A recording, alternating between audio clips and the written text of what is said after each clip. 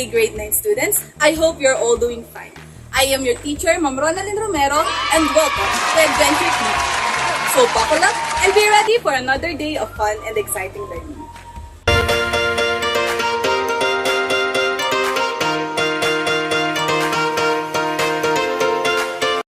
Welcome to our English class. Before we start with our lesson, let's first have the objectives we need to accomplish. At the end of the discussion, you should be able to define rhyme and rhyme scheme and identify the different types of rhyme scheme. Are you ready? If you are, then get your notebook and pen and we will start with our journey of learning.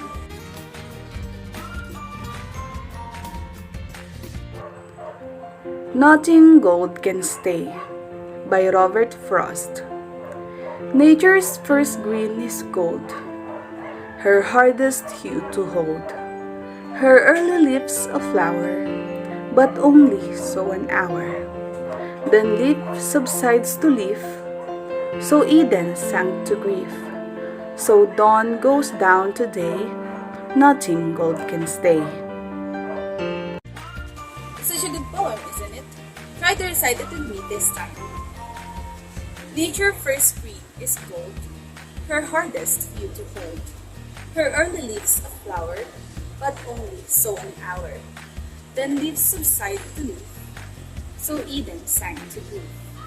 So dawn goes down to day, nothing gold can stay. What do you notice? Look at the words at the end of each line. What can you say? Yes, that's right.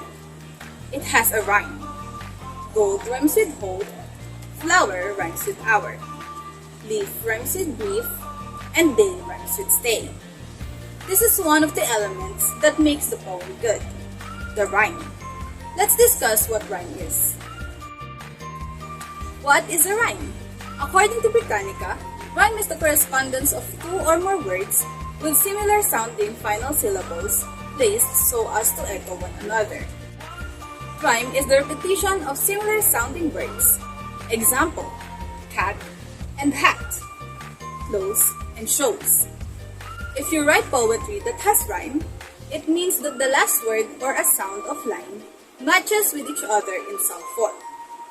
Take note, a poem may or may not have a rhyme. If the poetry does not follow the rhyme system, we call it free verse. But if you want to write a poem with rhyme, you can use different types of rhyme schemes. What do we mean by rhyme scheme? A rhyme scheme is a pattern of sound that repeats at the end of a line or a stanza. The last word of each line is what we look at while discussing a rhyme scheme. How to identify a rhyme scheme in the poem? The patterns are encoded by the letters of the alphabet A, B, C, D, and so on. We label rhyme scheme by calling the first line A. Every line in the stanza that rhymes with A is labeled as A. The line that doesn't rhyme with A is labeled as B. Every line in the stanza that rhymes with B is labeled as B, and so on. These are the common types of rhyme used in a poem: alternating, ballad, coupled, triplet, enclosed, limerick, monorhyme, and villanelle. First, we have the alternating rhyme scheme. It is one of the simplest types of rhyme schemes. It is also called interlocking rhymes. In an alternate rhyme, the first and third lines rhyme at the end, and the second and fourth lines rhyme at the end, following the pattern A, B, A, B for each stanza. This rhyme scheme is used for poems with 4-line stanzas. Let's give an example. Neither out far nor in deep by Robert Frost. The people along the sand all turn and look one way. They turn their back on the land, they'd look at the sea all day. Another rhyme scheme is called ballad. Ballad is an Old French verse form that usually consists of 8-line stanzas and the 4-line envoi, with a rhyme scheme of A, B, A, B, B, C, B, C, B, C, C. The last line of the first stanza is repeated at the end of subsequent stanza and the end voice. Ballad of Modest Confession by Hilary Belloc. Painting on vellum, not on silk or hide, or ordinary canvas, I suppose. No painter of the present day has tried so many mediums with success or knows, as well as I do, how the subject grows beneath the hands of genius that anoint with balm. But I have something to disclose. Painting on vellum is my weakest point. Prince, do not let your nose, your royal nose, your large imperial nose, get out of joint. For though you cannot touch my golden prose, painting on vellum is my weakest point. Next type of rhyme scheme is a coupled rhyme. A coupled rhyme is a two-line stanzas that rhymes, following the rhyme scheme AA, BB, CC, or a similar dual rhyming scheme. It can be a lot of fun because this type of rhyme scheme isn't very intricate. Additionally, it is seen in a lot of children's poems. Example, I would not like them here or there. I would not like them anywhere. I do not like green eggs and ham. I do not like them, Sam I am. Another rhyme scheme is triplet. The triplet is a rather rare stanza form in poetry and is basically 3 lines that rhyme. It is a type of tercet or 3-line stanza or poem. It has 3 rhyming lines. This configuration is labeled as A, A, A. Example, When as in silk my Julia goes, then, how sweetly flows that liquefaction of her clothes. now let's proceed to another type of rhyme scheme, which is the enclosed rhyme. Enclosed rhyme or enclosing rhyme is the rhyme scheme A, B, A. That is where the first and fourth lines and the second and third lines rhyme. Enclosed rhyme quatrains are used in introverted quatrains, as in the first 2 stanzas of Petrarchan sonnets. Matthew Arnold's Shakespeare. Others abide our question, thou art free. We ask and ask, thou smilest and art still. Outtopping knowledge for the loftiest hill, who to the stars uncrowns his majesty. For the next rhyme scheme, we have monorhyme. The word mono in monorhyme means 1. That means that monorhyme scheme has only one ending rhyme throughout the entire poem. This is a great starting point for developing rhyming skill. Look at this poem of Marie Sommer, Night Storm, in 2005 as an example. Night Storm by Marie Sommer. It came in a winter's night, a fierce cold with quite a bite. Frosted wind with all its might sent ice and snow an invite to layer earth in pure white and glisten with morning light. The following rhyme scheme is limerick. Limerick is designed humorous rhyme scheme. It has 5 lines, which is the A, B, B, A rhyme scheme.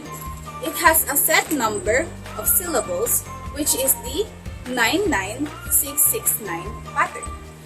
Let's read the limerick poem of Jim Dupee, The Man from Aruba.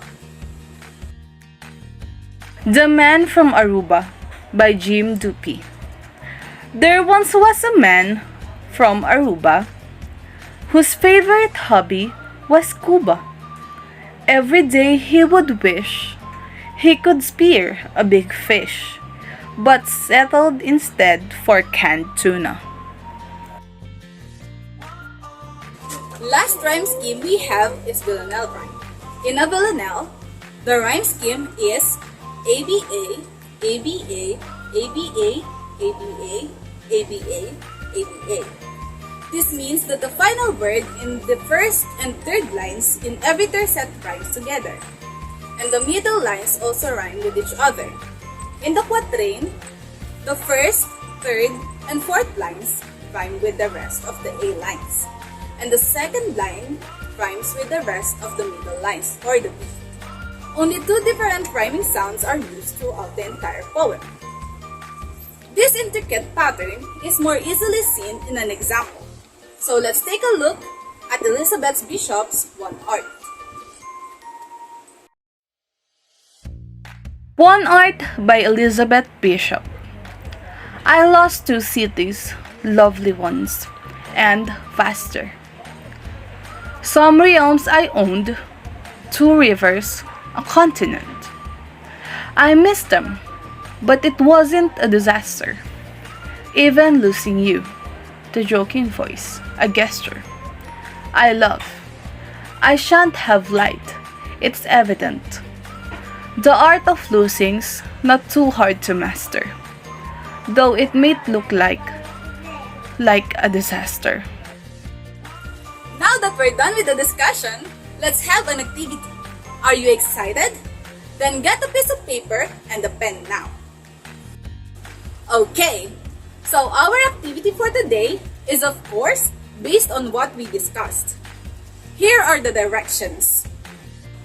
Identify the rhyming pattern or structure of the given poem. Then name what type of rhyme scheme it is.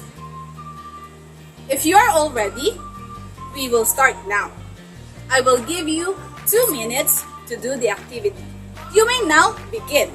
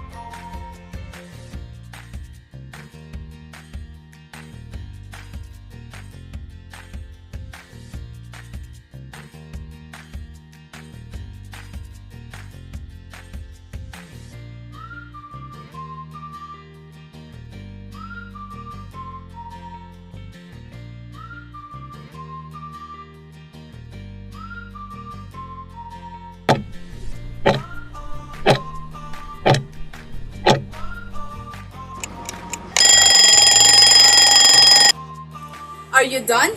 Let's see if you got the answers right. You will be checking your own paper, so remember to practice honesty. Here are the answers. Did you get the right answer? If you did, it means that you are doing good in our lesson.